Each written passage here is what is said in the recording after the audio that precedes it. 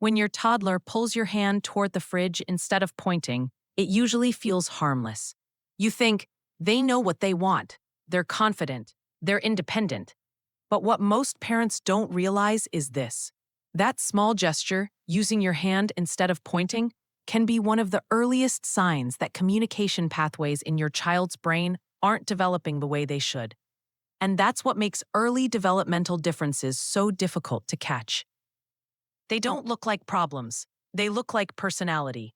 Most parents expect delays to be obvious, dramatic, unmistakable, impossible to miss. But in reality, the earliest signs hide in plain sight, during meals, playtime, transitions, and everyday routines. Picture breakfast time. Your toddler is sitting in their chair, staring at the counter where the cereal box is sitting. They don't point. They don't look at you. They just whine softly until you automatically get up and pour it for them. Breakfast moves on. Nothing feels wrong. But what actually happened is that your child didn't practice communicating because you filled the gap for them. Or think about playtime. Your child is on the floor, lining up cars. Perfect rows, absolute focus. You smile and think, wow, they're so independent. You sit nearby, watching quietly. 10 minutes pass, 20. They never look up. They never bring you a car. Never check if you're watching. Play is happening, but connection isn't. Now imagine story time. You're reading a favorite book. Your child flips pages quickly, fixated on pictures. You laugh, point to a dog, make silly sounds. But your child never looks at your face. They're engaged with the book, not with you. And that missing glance is easy to miss, because everything else looks normal. If you've ever had that quiet feeling of something feels different. But I can't explain why, you're not overthinking.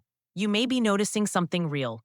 Today, I'm going to walk you through 10 invisible developmental patterns that specialists watch for and that most parents completely overlook. Here's the key shift you need to make first. Most parents look for red flags, behaviors that seem wrong. But early developmental differences don't show up as wrong behaviors. They show up as missing behaviors. Your child's brain develops like an orchestra. Communication, motor skills, sensory processing, and social engagement all need to come in on time and work together. When one part is late or missing, the music sounds slightly off, but you can't hear what isn't being played. That's why today we're not focusing on what your child does. We're focusing on what should be there by now, but isn't. Sign 1. Limited pointing or intentional gestures. But neurologically, it's huge. To point, your child must understand that you are a separate person, that you can see what they see, and that your attention can be directed. This skill is called joint attention, and it's the foundation of all communication. Watch this scenario.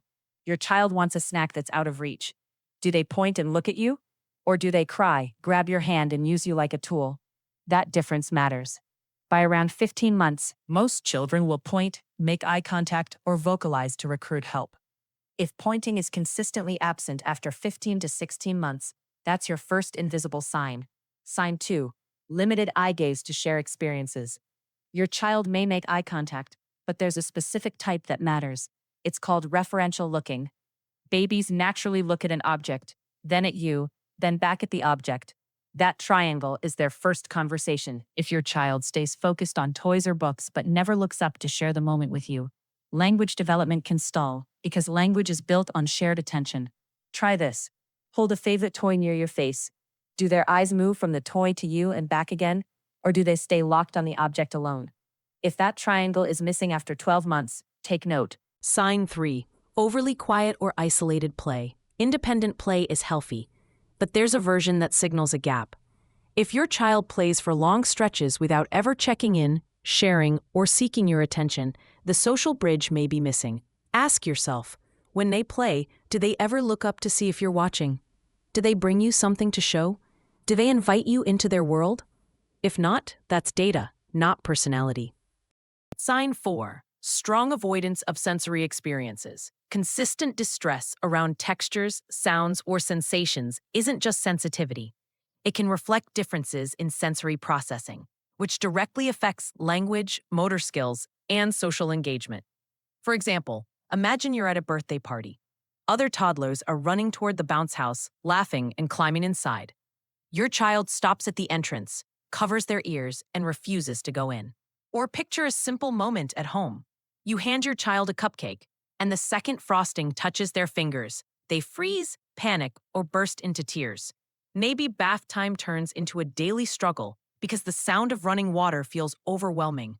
Or getting dressed becomes a meltdown because certain fabrics feel wrong on their skin. On their own, any one of these moments can look like a bad day or a sensitive temperament. But when the same reactions show up again and again, avoiding messy play, refusing sand, paint, Play-Doh, or becoming distressed by everyday sounds like a blender, vacuum, or crowded room, it's no longer just a preference, it's a pattern. And that pattern matters, because when sensory input feels overwhelming, your child's brain spends its energy trying to escape discomfort instead of exploring, communicating, and connecting. Over time, this avoidance can quietly limit opportunities to build fine motor skills, practice language, and engage socially, even though nothing looks wrong on the surface. Sign 5. Limited imitation. Imitation is how the brain learns social rules, language, and empathy. For example, imagine you're sitting on the floor with your toddler during playtime. You clap your hands and smile, waiting for them to clap back. Most children around 12 months will try to copy you, even if their timing is off. By 18 months, many toddlers will eagerly imitate, clapping, waving, making silly sounds, or copying your facial expressions just to see your reaction. But in some cases, you notice something different. You clap, wave, or say, "uh-oh," and your child simply keeps playing, focused on their toy, without attempting to copy the action or sound. You exaggerate your movements, make it playful, even repeat it several times, but there's still little or no imitation. It doesn't feel like refusal or stubbornness. It feels more like the action never registered as something to mirror. This is important because imitation is how the brain practices being social. When children copy gestures, sounds, and expressions, they're activating mirror neurons, networks that support language development, empathy, and understanding other people's intentions. If imitation is consistently limited, it may suggest those networks need extra support, not discipline, pressure, or correction. And this is where many parents feel confused, because the child may seem calm, focused, and even advanced in other areas. But imitation isn't about intelligence. It's about connection. It's the brain learning, "I see you, I understand you, and I can do what you do." Sign 6. Extreme difficulty with transitions.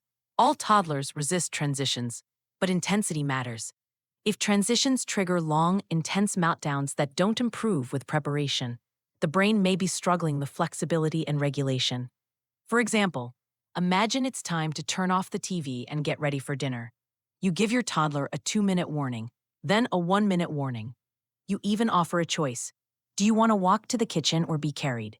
But the moment the screen goes off, the reaction isn't just protest, it's a full meltdown. Crying escalates into screaming. Their body stiffens, they drop to the floor.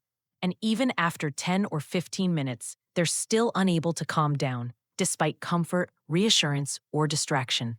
This isn't about being stubborn or dramatic. It's not a power struggle. What you're seeing is a nervous system that has trouble shifting gears. The brain is struggling to let go of one state and move into another. Now compare that to a typical transition struggle. Most toddlers might cry or protest briefly, but with preparation, comfort, or redirection, they recover fairly quickly. When transitions consistently trigger intense, prolonged distress, no matter how gently you prepare, that pattern points to difficulty with emotional regulation and cognitive flexibility, not behavior. Sign 7. Repetitive or non-symbolic play. Play should evolve from exploring objects to using them functionally to pretending. When play stays repetitive, lining up, spinning, sorting, with little imagination, symbolic thinking may be warned. Imagine your child sitting on the floor with a row of toy cars. But instead of pushing them, racing them, or pretending they're going somewhere, they line them up again and again, perfectly straight. If one car gets moved, they stop everything just to fix the line.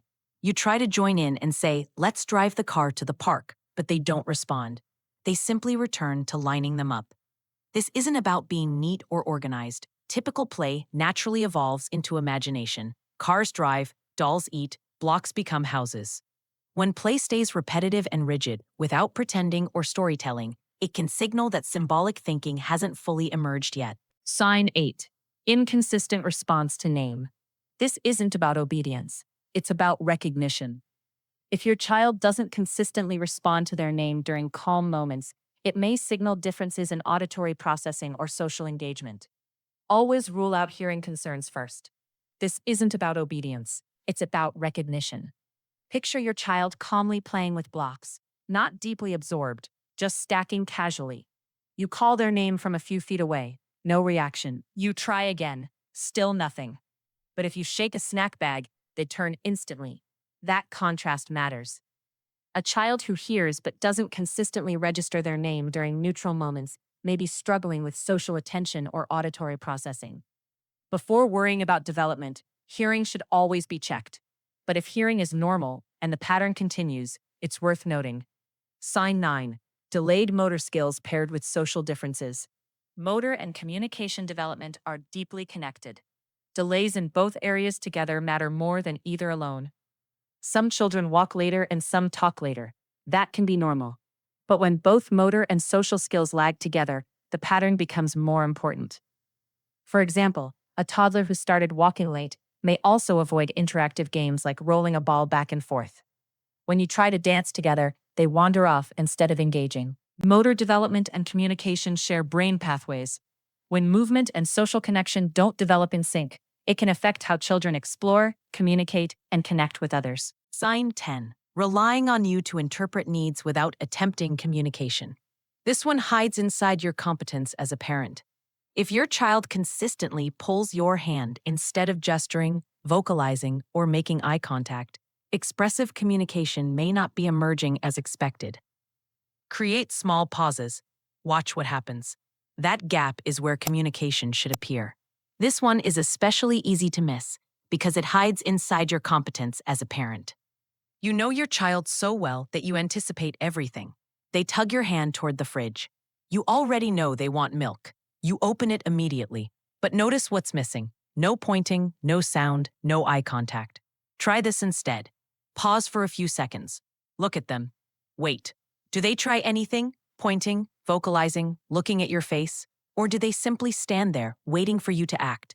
That pause reveals whether communication is emerging. When a child consistently uses your body as a tool rather than attempting to communicate, it suggests expressive skills may need support. Now, if you recognize several of these patterns, hear this clearly. You haven't failed. Your child isn't broken. Early signs are designed to be invisible. Noticing them isn't panic, it's attentive parenting. Here's what to do next. First, document patterns over 2 weeks. Not isolated moments, patterns. Second, if you see 3 or more consistently, request a developmental screening, not just a routine pediatric visit. Third, remember this. Early support doesn't label children. It builds bridges in the brain during the most flexible window of development. And finally, don't rush to buy products. Many popular educational tools actually interfere with development. That's why in the next video, I break down 7 common products that slow progress instead of helping it. Watch it before you spend another dollar. You're already doing the hardest part, paying attention. If you're still watching at this point, it means you genuinely care about your child's emotions, behavior, and future. And that alone is already the most important first step in parenting. This channel isn't about raising a better child than anyone else, and it's not about chasing trendy methods or impossible standards of perfection. I'm not here to overwhelm you or make you feel like you're falling behind. I'm here to walk alongside you, to help you understand your child more deeply, build a stronger emotional connection, and support their development in ways that are grounded in science, but led by compassion. Because parenting isn't about doing everything. It's about noticing, responding, and showing up with presence, patience, and love, exactly where your child is. If that's the kind of parenting you're striving for, you're in the right place.